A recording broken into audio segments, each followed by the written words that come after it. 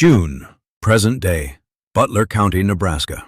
A little after 4 in the afternoon, and the sky over the gravel road has gone the color of a bruise. Every field in sight is fresh black dirt, plowed clean and combed into rows, and the rain comes down so hard the drops jump back up off the ground. On the tilled quarters, the water is already brown and moving, cutting little rivers that carry the topsoil into the ditch. On one field, it does not. One field stands in a rough green tangle of last year's stubble and rye and weeds nobody cut, and the water there is not running at all. It is walking in, soaking straight down, like the ground is drinking it. Standing on the fence line in a man's canvas jacket 2 sizes too big is a 20-year-old girl named Delia Roush, watching the water disappear into her own field and saying nothing. For months, the men at the elevator had a name for that field. Lazy, they called her first, then careless, then worse. Her neighbor, Garrett Voss, farms the next quarter and told the whole coffee counter she would lose the place her father died holding. 4 inches fell in that 1 hour. His rows washed to the road. Hers held every drop. How does the field nobody worked outlast every field they did? But to understand what she left standing, you have to go back to the spring her father was buried, and the notebook he left behind. If you have ever been told your idea was worthless, this story is for you. Subscribe and tell us where you are watching from. The spring of 2019, Butler County. A gray March morning with the ground still half frozen. Delia Roush was 19 when they lowered her father into the little cemetery north of Rising City, and she went home from the burial and did the chores in her funeral clothes, because the Angus heifers did not know a man had died. Warren Roush had farmed those 420 acres for 31 years. Corn 1 year, soybeans the next. Always the same clean, plowed seedbed his own father had cut. He left her the ground, a mortgage the bank was already watching, and 2 things she kept on the kitchen table. One was a green rain gauge log her grandfather had started in 1966, a column of dates and inches in 3 different hands, every hard rain the family had ever caught. The other was her father's own notebook, the pages soft at the corners where he had drawn the same field over and over and marked with a stub of pencil exactly where the water cut every June. The northeast corner, the draw below the road, the low spot by the culvert that washed out the beans 3 years running. She sat at that table the night after the funeral and read both books by the kitchen light, her coffee going cold. Same fields, same washouts. 53 years of a family plowing, and 53 years of the same dirt leaving in the same water. She turned to a clean page and started writing. The fall of 2019, Butler County. A warm October afternoon at the co-op elevator north of Rising City. Delia Roush backed her father's grain cart under the leg and climbed down while the men waited their turn along the scale. She had told them at the coffee counter that morning what she meant to do, and word had already run the length of the road. She was not plowing this year. None of it. She had drilled cereal rye and tillage radish straight into the bean stubble, green already showing in rows between the dead stalks. Garrett Voss leaned on his tailgate and grinned. "Warren spent 30 years cleaning that ground," he said. "You are going to bury it in trash and weeds." The co-op agronomist, a heavyset man named Merle Fensky, who sold half the county its tillage passes, laughed with him. "Radishes," Fensky said, shaking his head. "You planning to feed rabbits or raise corn?" Delia did not argue. She had learned that from her father, who answered doubt by writing down dates. She pulled the green log from her jacket and a folded page of her own where she had marked every place the water cut. 53 years, she said quietly. Same dirt left in the same water. Fensky stopped laughing long enough to spit. Delia climbed back up the cart, took the pencil from behind her ear, and opened to a clean page. May of 2020. A raw, wet spring. The ground north of Rising City still cold from a late April rain. Delia Rausch pulled the no-till drill into the standing rye at first light, the residue slick and matted under the openers, and she set the down pressure the way the rented drill came, without changing a thing. That was her mistake, and she wrote it down later in 3 words. Wrong. Too shallow. The rye was thick and green, and holding the moisture like a wet blanket. The corn seed dropped into a slot that would not close, into dirt still down near 50 degrees, and the openers smeared the sidewall instead of cutting it clean. She walked the first pass on her knees, digging seeds out with a finger, and saw the trench gaping open where the mud had not crumbled back over the kernel. 11 days later, the corn came up in patches. A plant here, a bare foot of row there, some seedlings yellow and behind, some never breaking ground at all. Garrett Voss slowed his truck on the road to look, and did not need to say a word. Her stand came up thin, barely half the plants she had drilled for. She did not tear it up. She walked every row with the green log under her arm and the pencil moving, marking the cold slots, the smeared walls, the down pressure she had trusted blind. That fall, the ragged field made little better than half what her father's plowed ground once did. The loss, penciled at the bottom of the page, came to better than $200 an acre. The spring of 2021, a dry, warm May north of Rising City, and Delia Rausch stood in rye grown waist-high because she had waited too long to kill it. She meant to roll it flat and drill soybeans into the mat, and every day she put it off, the rye kept drinking. She pushed a soil probe into the ground and pulled the core and crumbled it between her fingers. Dust halfway down. The living crop had pulled the top foot near dry, the way a green sponge left in a bucket wicks the water up out of the pan beneath it and holds it in its own stems. She wrote it plain that night. Terminated late. Robbed the beans. The beans went in behind and came up thirsty. 3 leaves where the neighbors' plowed rows already had 5. Garrett Voss did not even slow his truck this time. It was Ruth Coleman who found her, a retired soil health specialist from the county office. Gray braid, 40 years of walking fields. She pulled into the yard with a cardboard box of old extension bulletins on stubble mulching, some printed before Delia's grandfather started his rain log. "You are not wrong," Ruth said, setting the box on the tailgate. "You are early, and you are alone. Those are different things." She showed Delia the numbers on infiltration from a rainfall simulator she had run for years, tilled tray against residue tray, one sheeting off, one drinking in. Delia copied every figure into the green log by lamplight. How much water had that rye stolen, and could the next rain ever pay it back? An August evening in 2021, north of Rising City, and the rain had come down steady for an hour, and quit. Delia Rausch pulled on her boots and walked the field road while the ditches still ran brown. 2 inches, her grandfather's gauge said, tipped and read by lamplight. Her own rows, drilled into the rolled rye mat, stood clean and green, the ground firm where the water had soaked in.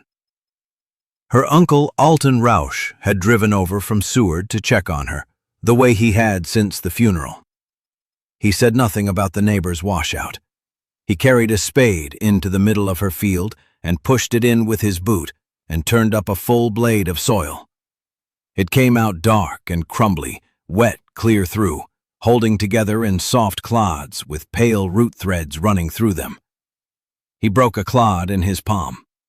3 fat worms curled in the crumbs, and the channels they left ran down past the spade's reach, the same holes the winter radish had punched and left behind when it rotted. Alton looked at it a long time.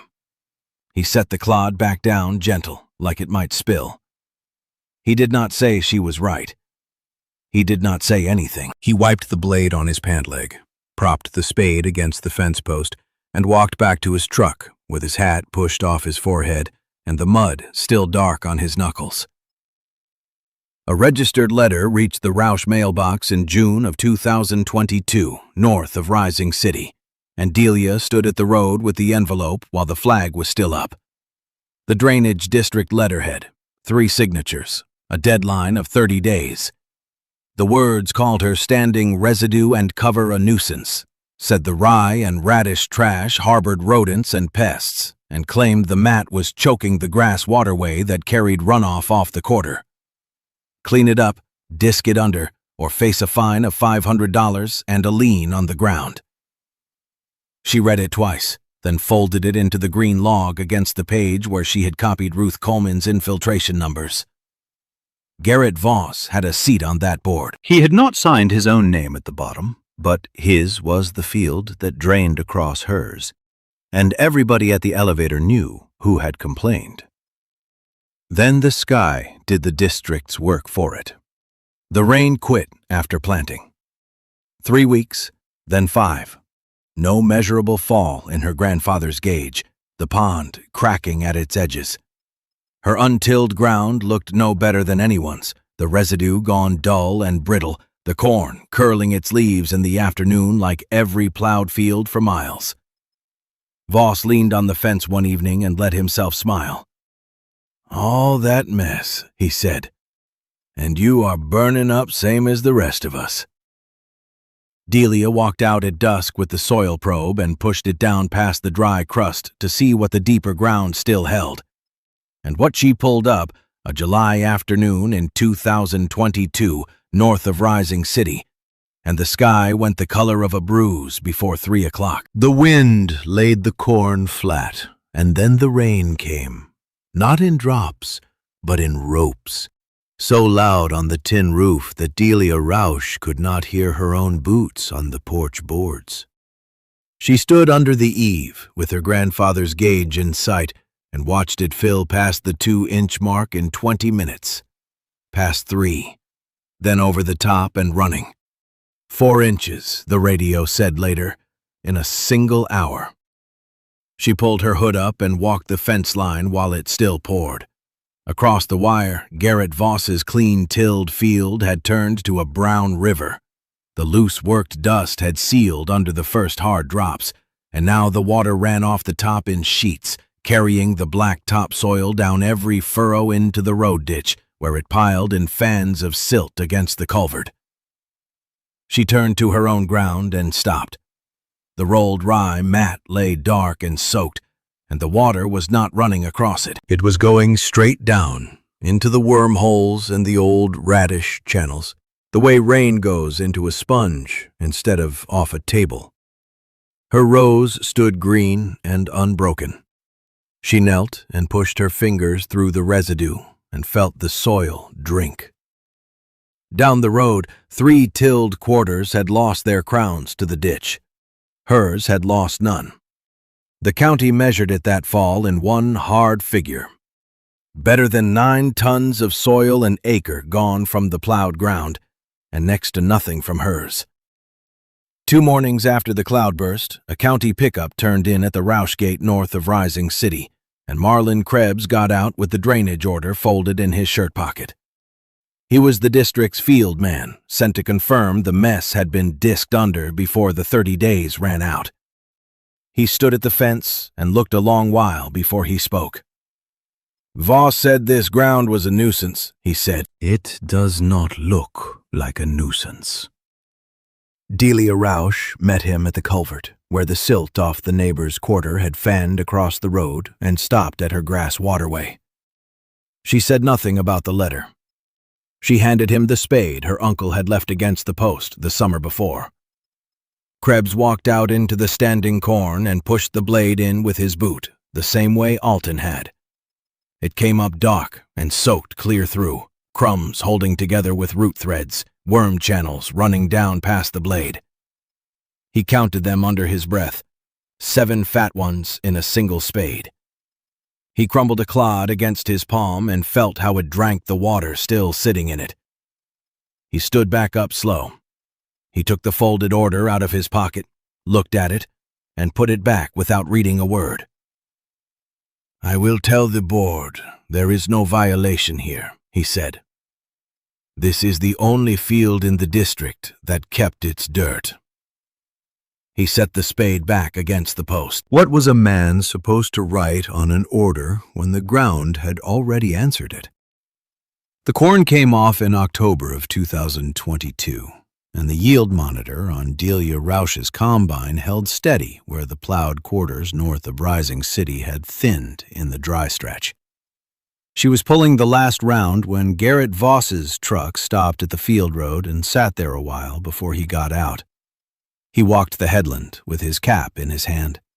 His own ground had gullied twice that summer, and the road ditch still wore the fan of his topsoil where the culvert had caught it. He looked at her standing stalks, the residue lying flat and dark between the rows, the ground firm under his boots after a wet week. "That rye," he said. "The radish. What is the mix? What pounds to the acre?" Delia shut the combine down and came around the ladder. She did not gloat. She wrote it on the back of an elevator ticket in pencil. Cereal rye at 50 pounds. Tillage radish at 4.